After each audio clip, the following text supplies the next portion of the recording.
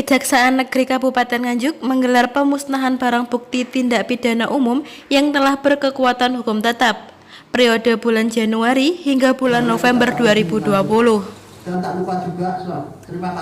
Dipimpin langsung oleh Kepala Kejaksaan Negeri Nganjuk Firmansyah Subhan, acara pemusnahan barang bukti itu dihadiri Forkopimda Nganjuk. Pemusnahan barang bukti tersebut meliputi narkotika jenis sabu-sabu dengan berat total 100,54 gram, ganja seberat 8,11 gram, pil double L sejumlah 153.164,5 butir, jamu tradisional berbagai merek, minuman arak Jowo 1 kardus, alat ITE, senjata tajam, perlengkapan judi, serta tindak pidana lainnya. Firmansyah Subhan mengatakan bahwa pemusnahan itu terkait dengan putusan pengadilan yang telah mempunyai kekuatan hukum tetap.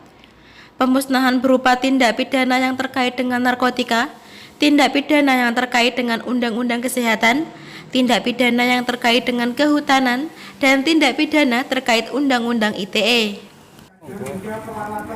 Hal tersebut berdasarkan penyidikan yang dilakukan oleh tim kepolisian, baik tim kepolisian dari Nganjuk maupun dari Mabes Polri.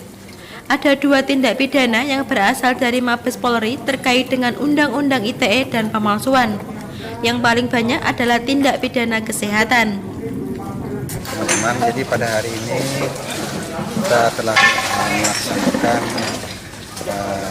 pemusnahan barang bukti yang mana pemusnahan itu terkait dengan putusan pengadilan yang telah mempunyai kekuatan hukum tetap atau inkrah, yang mana tadi kita saksikan bersama bahwa sudah kita lakukan pemusnahan berupa tindak pidana yang terkait dengan narkotika, tindak pidana yang terkait dengan undang-undang kesehatan, tindak pidana yang terkait dengan undang-undang kehutanan, tindak pidana yang terkait dengan undang-undang ITE, yang mana putusan itu berdasarkan penyidikan yang dilakukan oleh teman-teman kita penyidik kepolisian, baik itu kepolisian yang berasal dari Nganjuk maupun dari Mabes Polri, yang mana nanti kita juga sudah melihat dan menyaksikan bahwa ada 2 tindak pidana yang berasal dari penyidikan Mabes Polri, dan telah kita saksikan, kita lihat sendiri pemusnahan itu pertama yang terkait dengan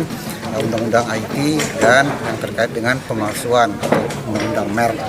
Itulah yang ada 2 tadi yang dari Mabes Polri. Demikian. Nah, yang paling banyak adalah tindak pidana masalah kesehatan, yang mana kita tadi sudah melihat ada beberapa jenis obat-obatan, apakah itu double L, apakah itu jamu dan sebagainya. Yang mana paling menonjol di Nganjuk ini adalah undang-undang kesehatan terkait dengan obat double L, dan itu ribuan. Ada berapa perkara yang ditangani dari barang bukti ini? Perkara yang kita tangani itu untuk pidana umum berjumlah berapa para Pak Kasih Gedung? 200 lebih kurang 200 perkara. Dan ini kita musnahkan. Kemudian ini kita perlu ketahui juga bahwa ini pemusnahan periode Januari sampai dengan bulan November.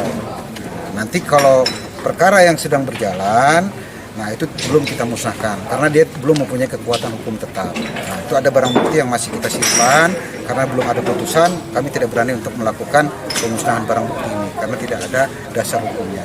Yang ini sudah mempunyai dasar hukum karena dia sudah melakukan persidangan di pengadilan, mempunyai kekuatan hukum tetap, maka jaksa selaku eksekutor akan melaksanakan eksekusi pemusnahan barang bukti.